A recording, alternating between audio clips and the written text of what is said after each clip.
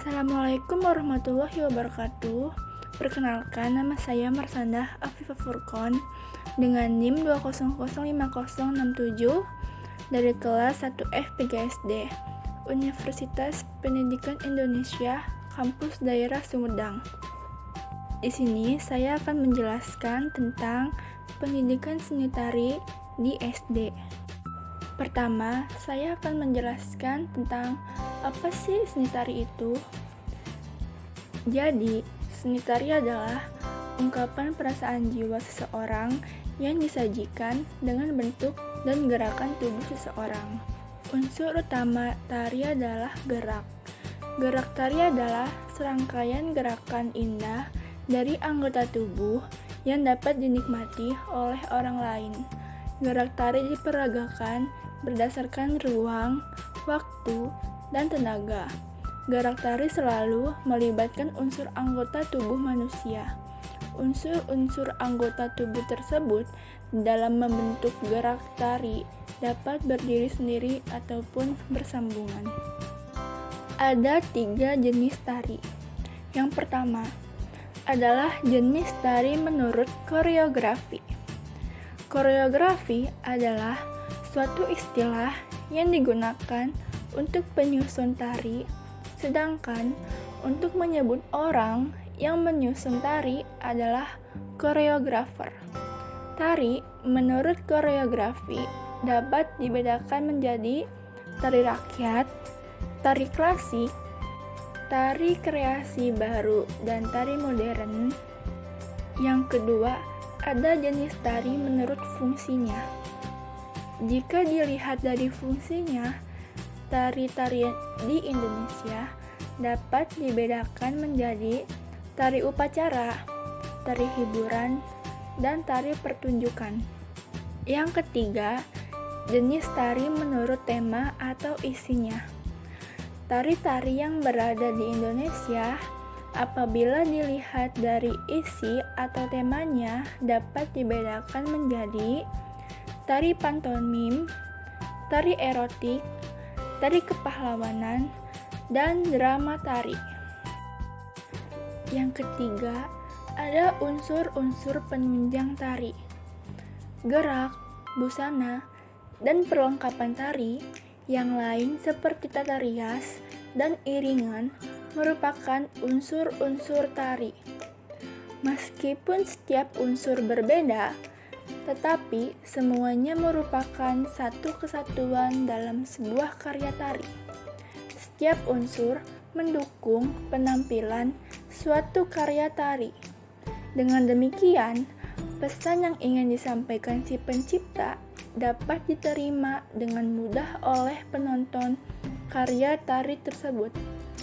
Mari kita pelajari setiap unsur dalam tari. Yang pertama, gerak. Gerak tari adalah serangkaian gerakan indah dari anggota tubuh yang dapat dinikmati oleh orang lain.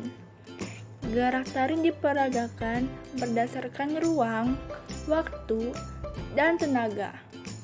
Gerak tari Nusantara sangat beragam. Gerak tari dari suatu daerah berbeda dengan daerah lainnya.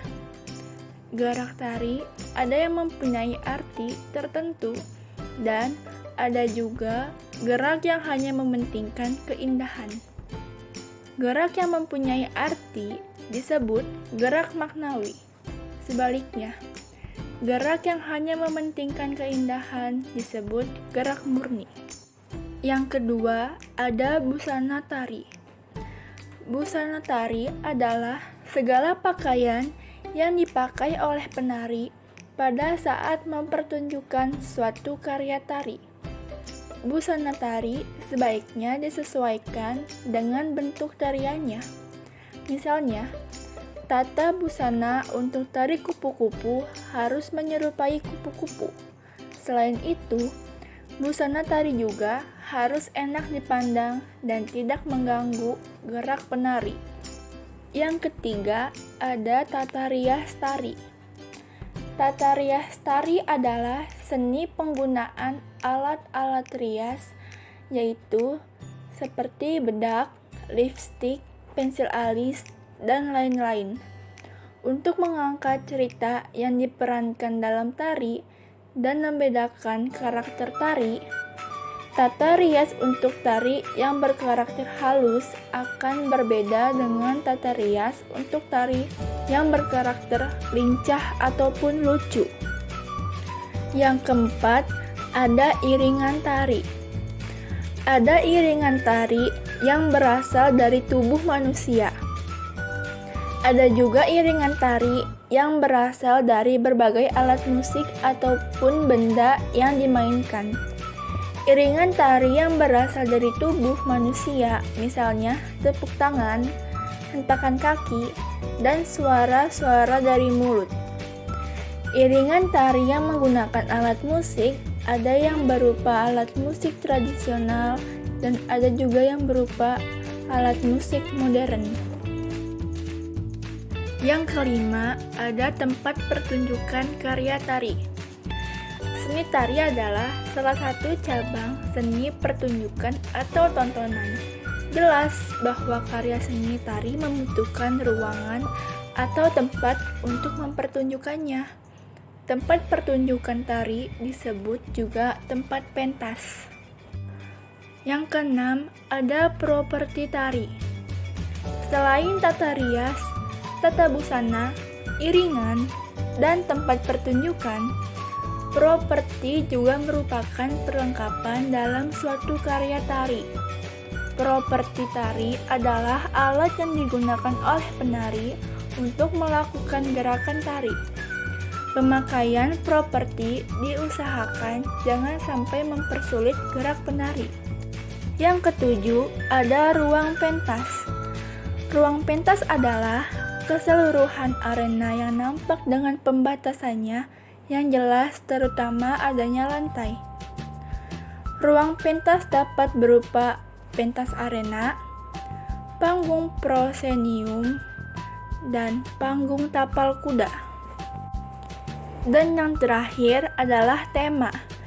Dalam suatu karya tari, tema merupakan salah satu unsur yang menentukan agar karya tari yang dapat ditangkap oleh penonton, maka tema perlu ditentukan terlebih dahulu sebelum geraknya dieksplorasi. Karena pengembangan ide, penggarapan tetap perlu berpijak pada tema pokoknya. Sekian materi pendidikan seni tari yang ada di SD yang saya sampaikan. Kurang lebihnya mohon dimaafkan. Wassalamualaikum warahmatullahi wabarakatuh.